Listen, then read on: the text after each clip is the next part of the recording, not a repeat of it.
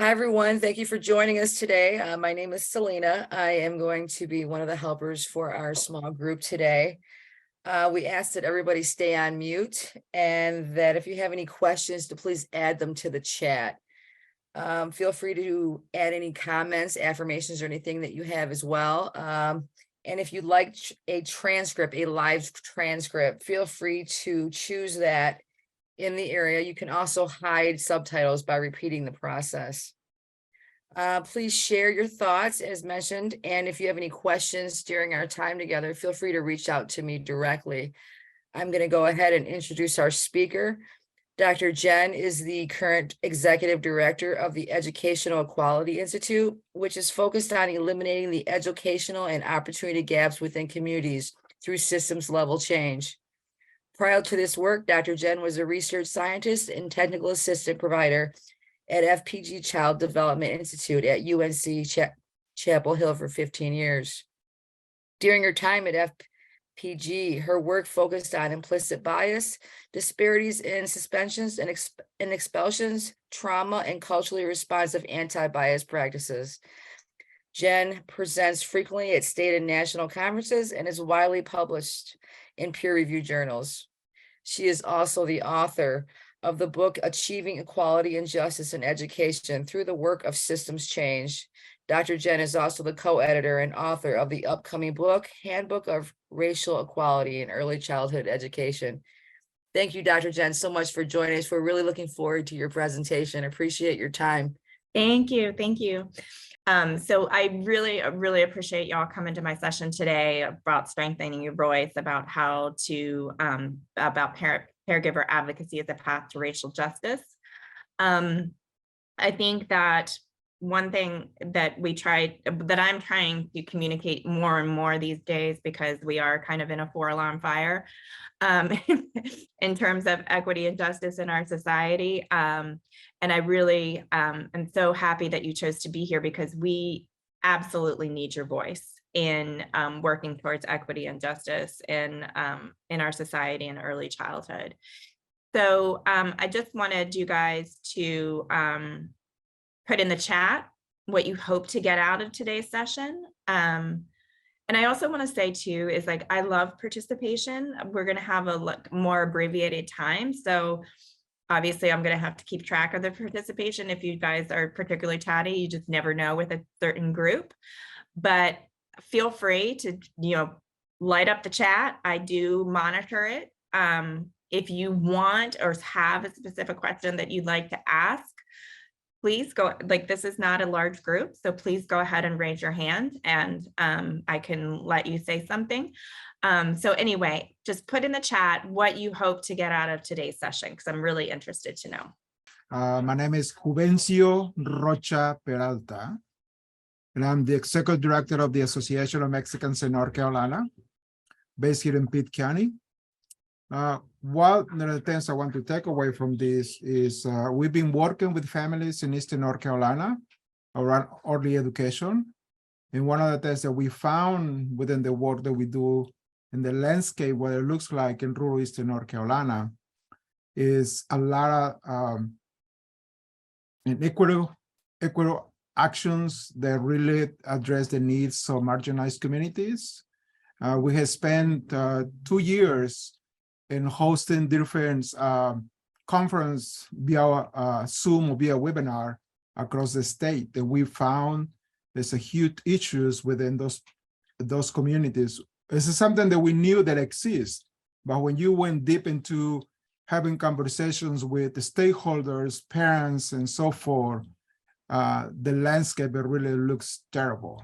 And we want to come out with some actions and specific things and based on some of these conferences or these spaces that we take the opportunity to participate and give us some directions how we can address the equal access to education. Great, thank you. Juvencio? Yes, Juvencio. Okay, great, thank you. All right, so a lot of people are here to learn and listen how to identify and help with equity in view of racial and cultural inequities. Great. Be a positive and effective advocate with parent and education. Okay, great. Thank you so much, you guys. Bobby said, I want to empower myself to empower my parents in the knowledge and that they need to help their children address their rights and needs. Great. All right. So when we're talking about advocacy, we really have to understand the issues within the system itself, right? So we have to understand how systems operate in order to kind of challenge them. So when we're talking about a system, I really actually like this definition from Merriam-Webster, but a system is a group of interacting organizations and programs that influence how services are provided. So within early childhood, we have like the overarching macro system, which is early childhood, right?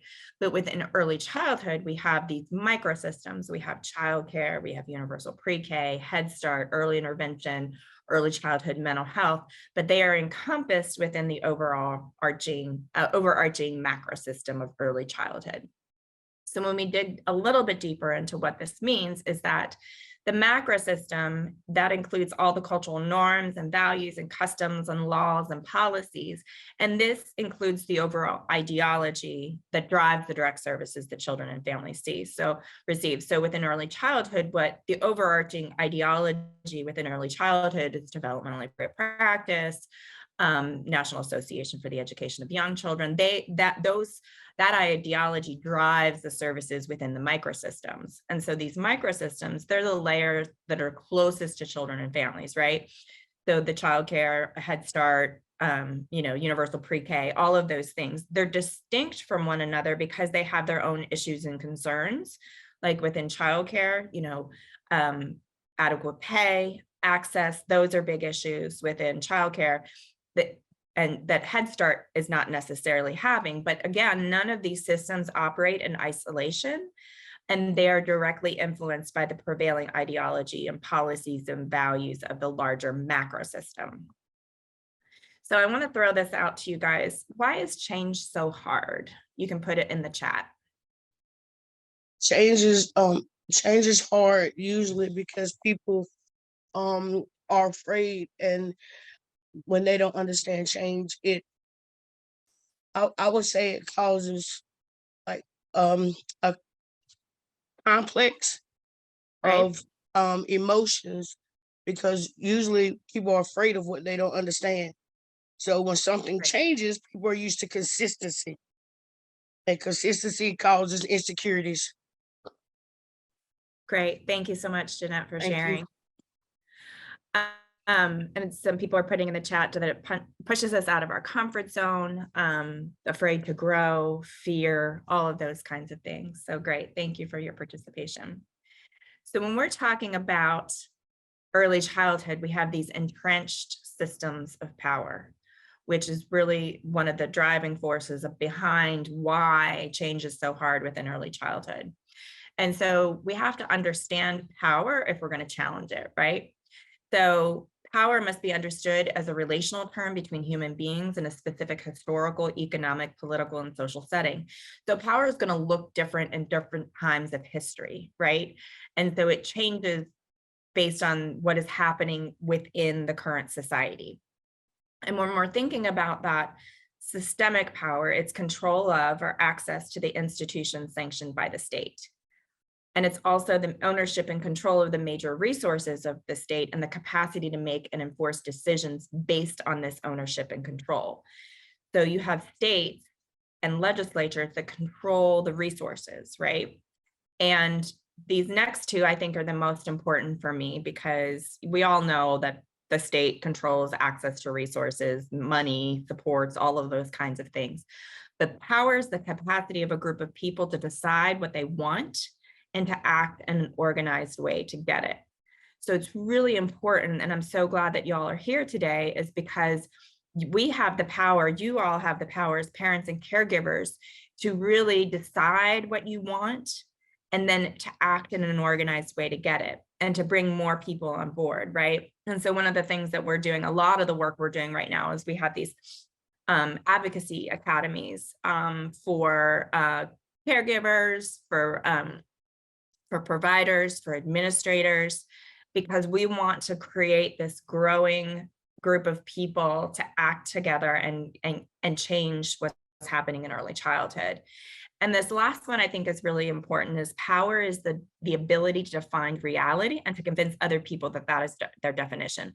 So we have a group of people in this country right now who are defining reality, right, which is based on false narratives. What we have to do is we have to reclaim the narrative. We have to be able to define what is actually happening in early childhood and to convince those people in traditional positions of power that they need to act towards change. And so what we have is we have these systems of power, right? And so early childhood is a system of power. We have people in positions of power, not only at the, within the state legislature, but within the states, who are making decisions about access to resources and supports. So systems of power are just the beliefs and practices and cultural norms that reinforce white supremacy, which I know is a trigger word, but we have to talk about it, patriarchy, and they feed the structural barriers that are root causes of the inequity. And all of these systems of power are rooted in the social constructions of race and gender. So these are things that we have to be talking about if we're going to challenge power. And when I'm going to show you in a minute, like who holds power in the United States, and also talk about the roots of power. And so what we have is we have these systems of power are embedded in our history, right? And there's a reason why people in those positions of power don't want us to talk about the true history of the United States, because these systems of power are embedded in colonization, slavery, migration, immigration, genocide, and they affect what is happening today with our policies and practices. And so when we're talking about power, then there's dominance, right? And when we have people who are in positions of power, they have this opportunity to dominate and influence others. And so it's this process of acquiring control of another. So examples throughout our history is slavery, use of resources, exploitation, limiting access of resources, controlling wages. And it just starts from that place of difference that, us and them, but it's acted on from this sense of superiority, which is exemplified through racism and other oppressive behaviors. And so when we're looking at the historical roots of power in the United States, we have these drivers and trends, right? And so the drivers and trends, and when we're thinking about how present day policies and practices are influenced by the historical roots of power in the United States, we have colonialism, patriarchy, supremacy, superiority, and dominance. So how that manifests historically and continues today is those drivers and trends influence how power shows up in the world. So we have racism, sexism, elitism, homophobia, discrimination, and able-bodyism. And so I'm going to get to you in a second, Cheryl. So then we have these power dynamics, but what we want to do is we want to shift the power dynamics so that we can move into a world that values diversity and holds multiple views, and it's equitable and just, and where we live openly and with fluidity and pluralism, and we're able to live dynamically. Yes, Cheryl, absolutely. You have the power to change things by your votes. If things need to change, keep in mind who we vote for on school board. Absolutely. All right, so then when we look at the historical roots of power in the United States, the colonialism, the patriarchy, superiority, supremacy, then we can see, like this is from 2019, of the demographics of political power. So when we look at the actual US Census, right? White men are 30% of the population, white women are 31%, men of color 19%, women of color 20%. But when we look at that and see how that manifests in political power, white men hold 62% of political power, white women hold 27% of political power. So that's 89% of political power in the United States is controlled by white people. And so again, like Cheryl said in there, it's like we have to vote in order to change this construct of political power. Any thoughts about this graphic before I move on?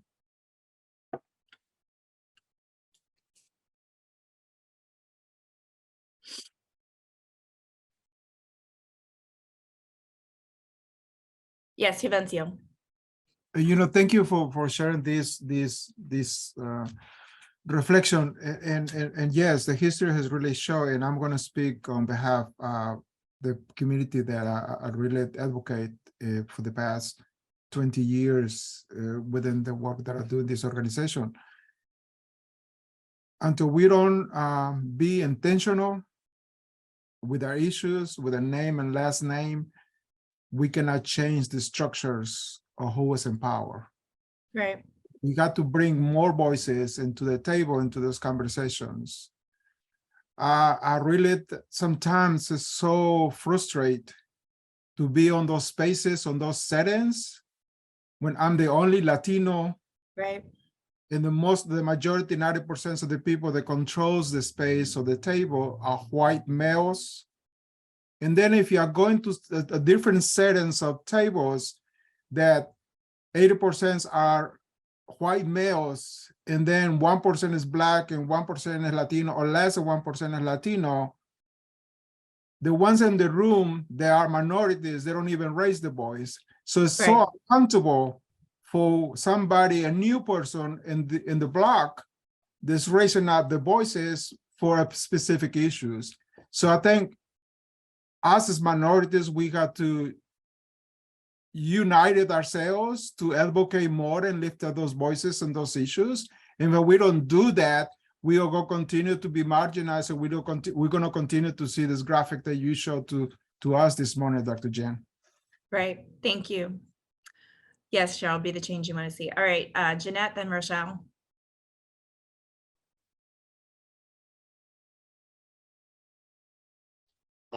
I agree with Juvencio. I don't want to pronounce her. Juvencio. Okay, Juvencio and Terry and Rochelle.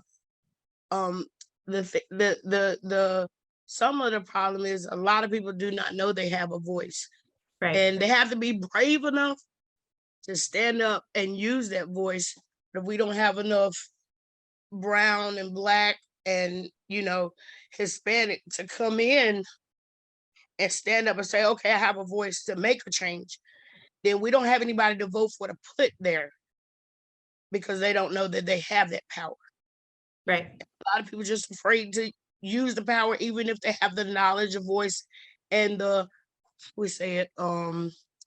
social stance or the financial stance, Right. in that construct, sometimes they're just afraid. So they have to be able to or want to be that image standing out front. So Right. that's a lot of problem. That's a lot to face with a problem as well. Right. Thank you, Jeanette. All right, Rochelle, and then Terry, and then we're going to move on. Rochelle? Oh, I'm sorry. I'm in the car, so it's going in and out. But I think one of the basic things we have to begin is to stop buying into the language of control. For instance, right. that statistic is real. But the fact is, if we begin to understand who the power of the individual joined in a group, then we don't base how we advocate based on the system that already exists. Yes, thank you, Rochelle. Appreciate that. All right, Terry, and then we're going to move on. I agree with the overall census, and my point is how, I guess, getting individuals to understand or get knowledge of how to come together and unite to make the difference. Because we're so divided, right, that we don't know how to come together and unite to make the change. I think right. that's really important. And that creating, thank you, Terry. And I think that creating of divisions is intentional, right? That's been the bread and butter of the of the people in power in the United States, is to divide and create divisions. Because every time that, when people have come together to work towards a common cause, that is a challenge to power. And so, when we look at the end of Dr. King's life, he was actually trying to unite Black and white workers to work together towards better conditions and better pay and against poverty, which is one of the reasons that he was assassinated, right? So that dividing is intentional within our society. All right, so when we look at institutional power, so the institutions in the United States, we have criminal justice, housing, education, food, employment, and healthcare. And within every one of those institutions, there are racial inequities. And so these are just the policies and practices of the particular institutions that routinely produce inequitable outcomes for people of color and advantages for white people. And so then we have this structural power, and the structural power is the interaction of the institutions across society that result in the cumulative and compounding effects of an array of societal factors that systematically privilege white people and disadvantaged people of color. So all of these structural powers is basically all of the institutions work like interacting and working over time to create all of these societal factors that disadvantage people of color. And so when we're looking at unpacking structural power, it's influenced by our history, right? And I'll show a timeline here in a few minutes that really outlines what structural power looks like in the United States. And it's just like the history provides the foundation of that structural power, and it's grounded in white supremacy. And then we have the culture, which is it just exists all around us. And it provides the normalization and the perpetuation of racism. And so when we also have another slide in the work that some of the trainings that we do is that we've been swimming in white supremacy culture so long that we don't see it unless we choose to. Well, white people don't see it unless they choose to. And then we have these values, valuing whiteness as the norm, that the white experience is the experience within society. And then we have, again, the interconnected institutions and their policies that provide the legitimacy and reinforcements to maintain and perpetuate racism within the various systems. So when we're looking at the accumulation of unfair practices in early childhood, so in 1938, there was this Fair Labor Standards Act, which again created this second-class treatment of the domestic workers, including childcare. So when we look at the history of who were the domestic workers and continue to be the workforce in childcare, they're women of color. And so, of course, we were going to have an act in 1938 that provided second-class treatment to domestic workers because of the, the grounding of racism. And then when we look at substandard pay, particularly in childcare, Black women on average make $12.98 an hour, and Latino women make $10.61 per hour. That is not a livable wage, anywhere close to a livable wage.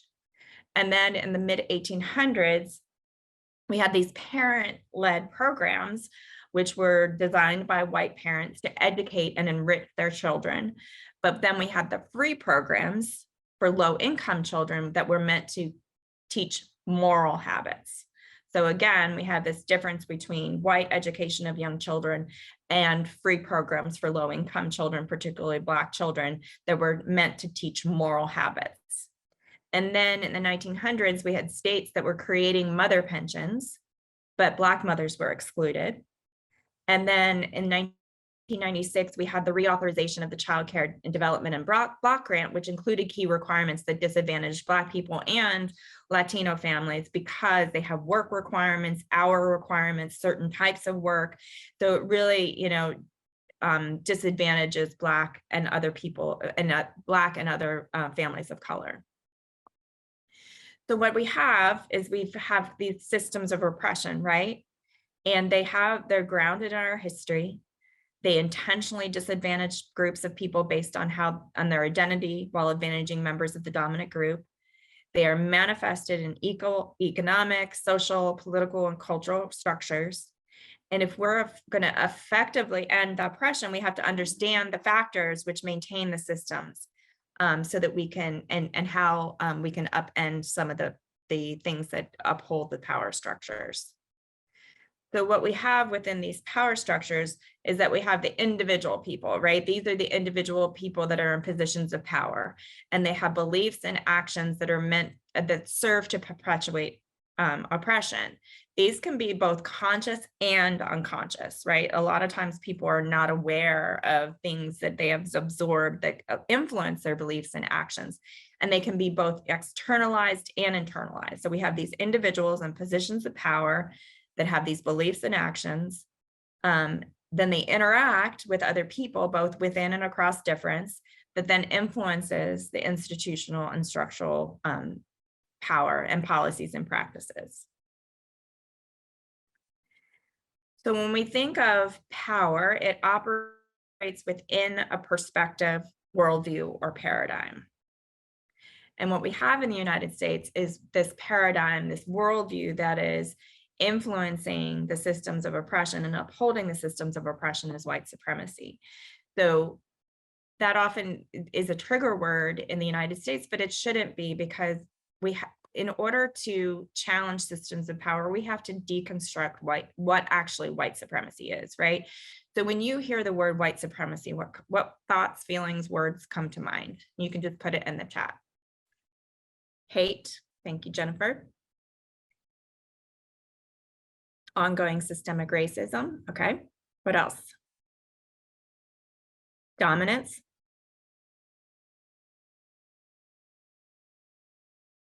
What else? Unsubstantiated control, force of power. Great, thank you, Terry. Anything else? Controlling, yes. Supreme power, dominance of whiteness. Okay. Great, thank you. Racism at its roots. Yes, Antonio, thank you. All right, so when we're thinking about, and actually that slide might be in here, I can't remember. I was looking over the slides this morning and I slipped my mind, but okay. So when we're talking about white supremacy, a lot of times people equate it with the KKK or white nationalists, but actually white supremacy is just an ideology. It's a framework that assigns value and morality and goodness and humanity to the white group, while casting people and communities of color as criminal, inhuman, and undeserving. And so when we look at the roots of white supremacy in our society, it was designed, its roots are in mass genocide, in slavery, yes, the belief that white people are better than other people, the people of other races, yes. So it's a culture, right? There it is. There it is. There's the slide that I was talking about. So it's just the standards that are seen as mainstream and dominant, and they have evolved from the United States' history of white supremacy. So again, we've been swimming in white supremacy culture for so long that it's become invisible. It's in the, it influences so much, but once you start understanding white supremacy and seeing it, you're going to see it everywhere, right? And so this is the timeline of white supremacy that I was talking about. And so when you look at this, I want you to take a look at it for a minute and really think about what stands out to you. Any thoughts, but thinking about what stands out to you and just looking at the time. So if you could just put it in the chat, that would be great. Yes, Julie, the end of slavery was not the end of white supremacy in the United States. Absolutely. What else? The creation right after slavery is an increase in the dominant powers. Yes. Thank you, Jeanette. What else, you guys? Any questions about this timeline?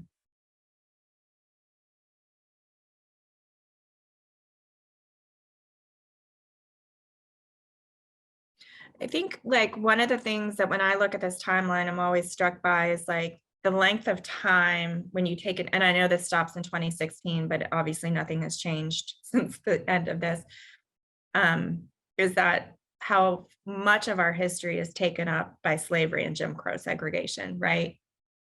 Okay, I'll talk about convict leasing and debt peonage. Thank you, Julie, for putting that in the chat. So it's just, we often hear people say, well, it's so in the past, or why are we still talking about this? Well, slavery and Jim Crow segregation take up the majority of our history, right? So there are two things I'm going to talk about. One is Reconstruction, and then I'll talk about felony convict leasing and debt peonage. So with Reconstruction, there's a reason why there's no black bar in there. So if you guys know, in this, we're not really taught about Reconstruction or the accurate history of Reconstruction when we're in school. So with Reconstruction, after the end of the Civil War, the troops, the Union troops stayed in the South, the Deep South, right, to help ensure that the post-slavery amendments were implemented properly, right? So the 13th, 14th, and 15th amendments to the Constitution. So what happened is that after the end of slavery, Black men got the right to vote, right? Black women didn't really get the right to vote officially until 1965 with the passing of the the Voting Rights Act. So what happened is that you had in these Deep South legislatures, the majority of these Deep South legislatures were made up of Black men. And so what they were doing is they were advocating for universal public education. They were advocating for things that were going to promote equality within our society. Well, as you could imagine, the former plantation owners were not super happy with what was happening in the Deep South. So with the election of 1877, Rutherford B. Hayes, so the parties were flipped then, right? So he was a Republican, and so which would be a Democrat in today's society.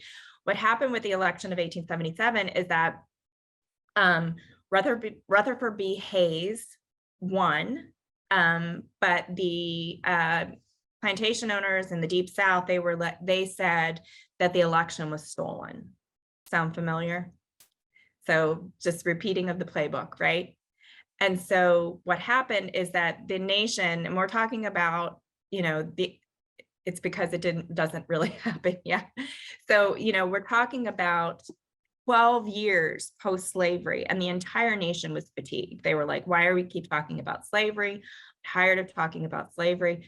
So what happened is that Rutherford B. Hayes made a compromise and said, if you don't challenge my election, I will withdraw the federal troops from the South, which is what happened. And as soon as the federal troops were withdrawn from the South, that ushered in Jim Crow segregation, white terrorism, and the KKK. All of those things came into place. So when we're looking at Reconstruction, that's the closest we've come to a functioning democracy in our society during Reconstruction. So I'll talk about convict leasing and debt peonage real fast, and then we'll move on. So convict leasing and debt peonage, if you've ever heard of the Black Codes or anything like that, were created after the Civil War.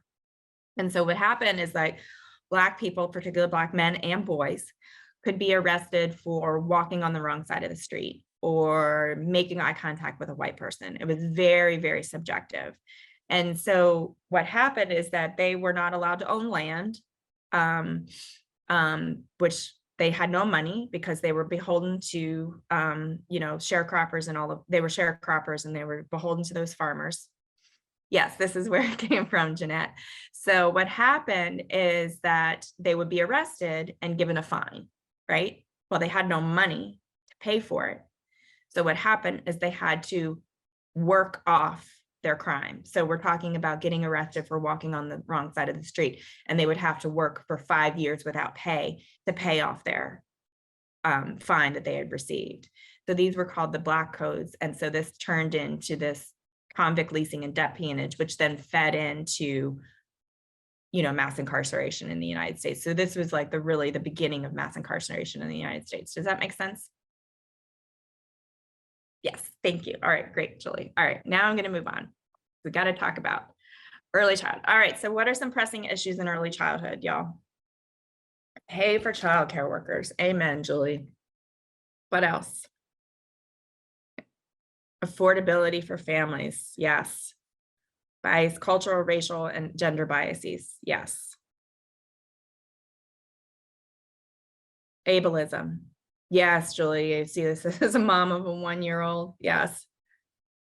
Yes, it's the foundation of education, but not valued as a profession. Yes. Bilingual staff, not enough centers, so access 100% childcare deserts, right? Every county in North Carolina is a childcare desert. We do not have enough childcare. And I'm just going to say this straight up, you guys, so that you understand what is happening in our state. The state of North Carolina has a $9 billion surplus. $9 billion. So it's not that we don't have the money, right?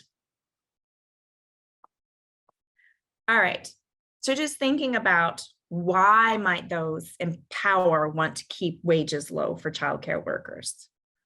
Why might they want to limit access to high quality early childhood educations?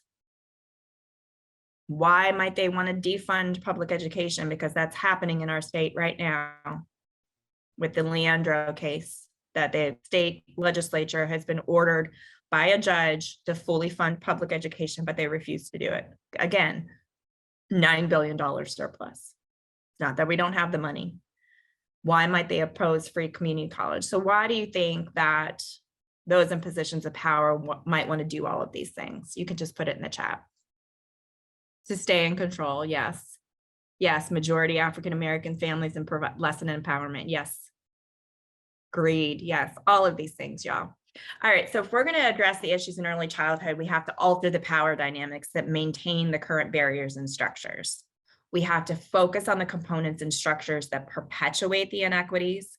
And then we have to shift the circumstances that are holding these problems in place, which means we have to address the root causes of these social problems, which is why I focus so much on the history of power in the United States and white supremacy and all of those things, because that is what is holding, that is the root cause for what is holding these social problems in place.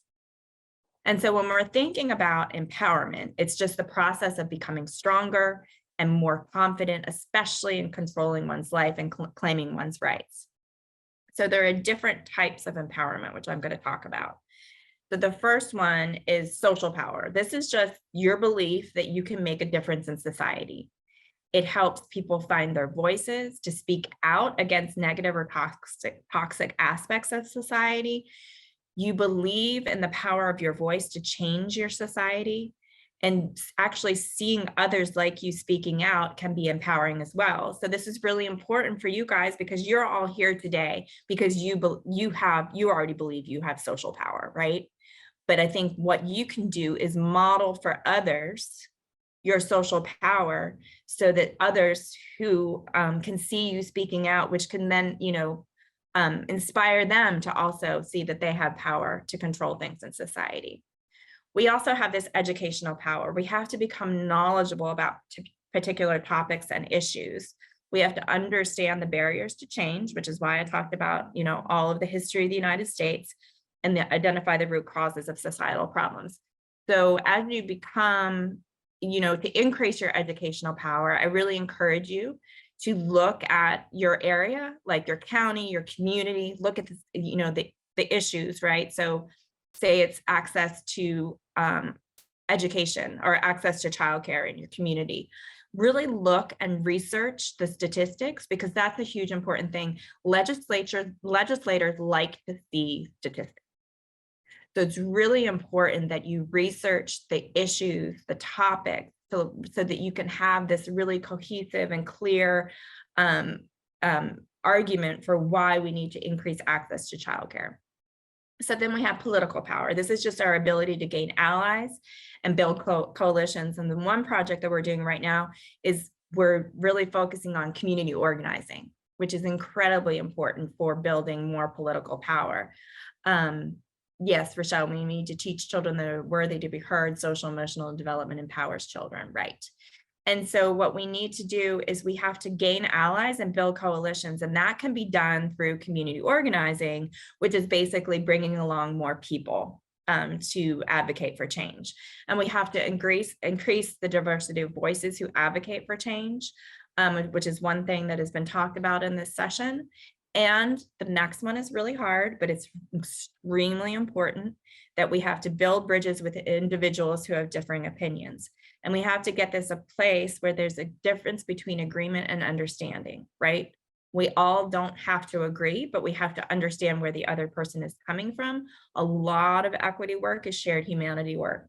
And so we have to be able to build bridges with individuals. That's why relationships are so incredibly important. When we have relationships with other people, we're better able to, influence their opinions and their understandings, agree to disagree, right? And then we have this psychological power. create the third space.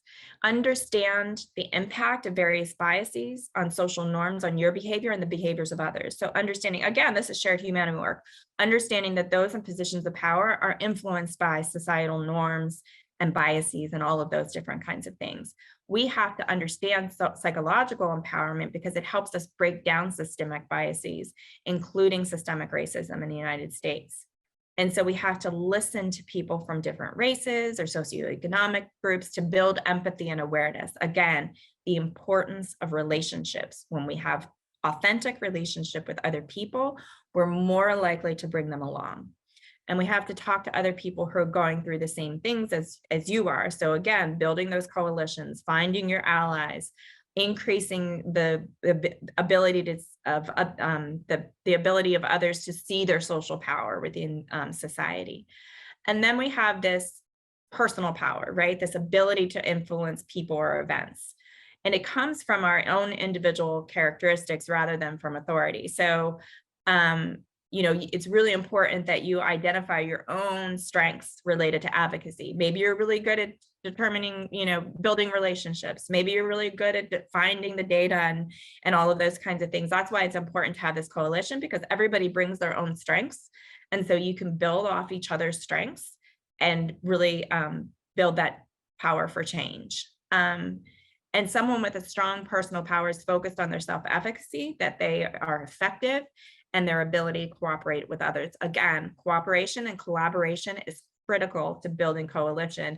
And so it's important to understand that nobody has all the answers, that none of us have all the answers. I don't have all the answers. That's why, like, you guys are more experts on the early childhood system than I am, because you're in it, right?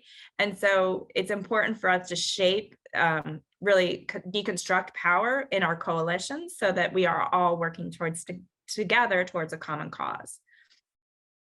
And so when we're looking at building that power, right, the first principle is we have to understand, respect, and generate power. So we have to recognize, hold on a second.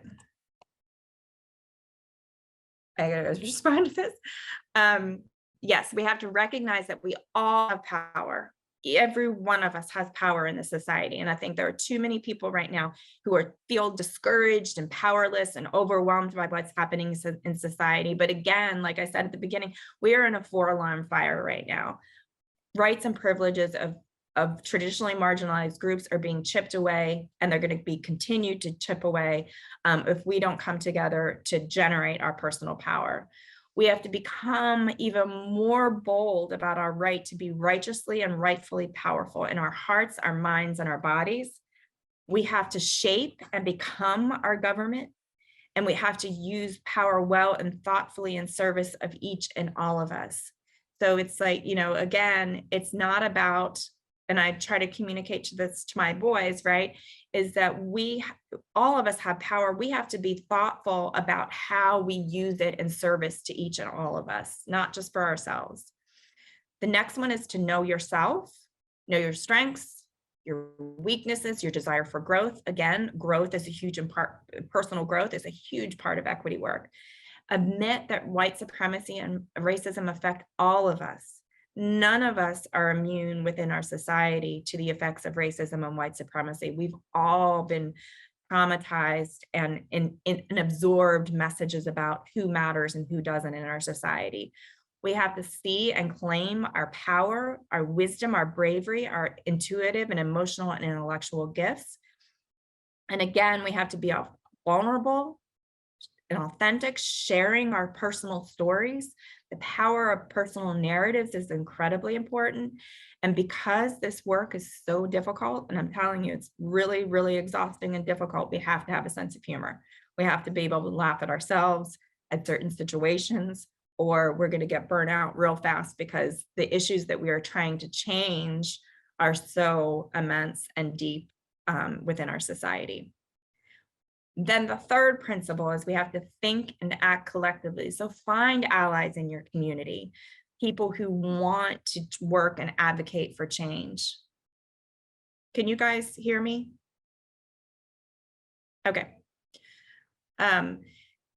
And we have to create a shared language around the pressing issues in early childhood. So we really have to work together, find our allies, create a shared language, pick the issues that you want to focus on collectively, right? So maybe it's access to affordable housing, which is an early childhood issue.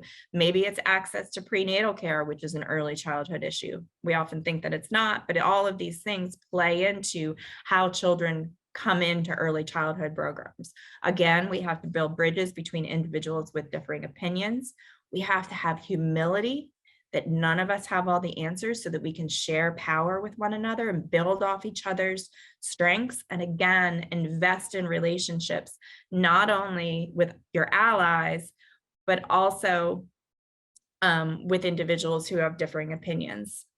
Shared language should only be what's best for our children. Nothing political should play into that. Thank you. What else is in the chat? Okay. All right. So when we're talking about the power of authentic relationships, right? Relationships are key to transformational change.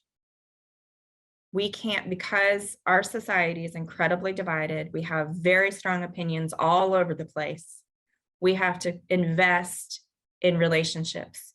We have to use the power of our personal narratives. Like, I think it was Julie who put in the chat about, how the cost of childcare for her 1-year-old is really, a huge thing, right? That's a personal narrative.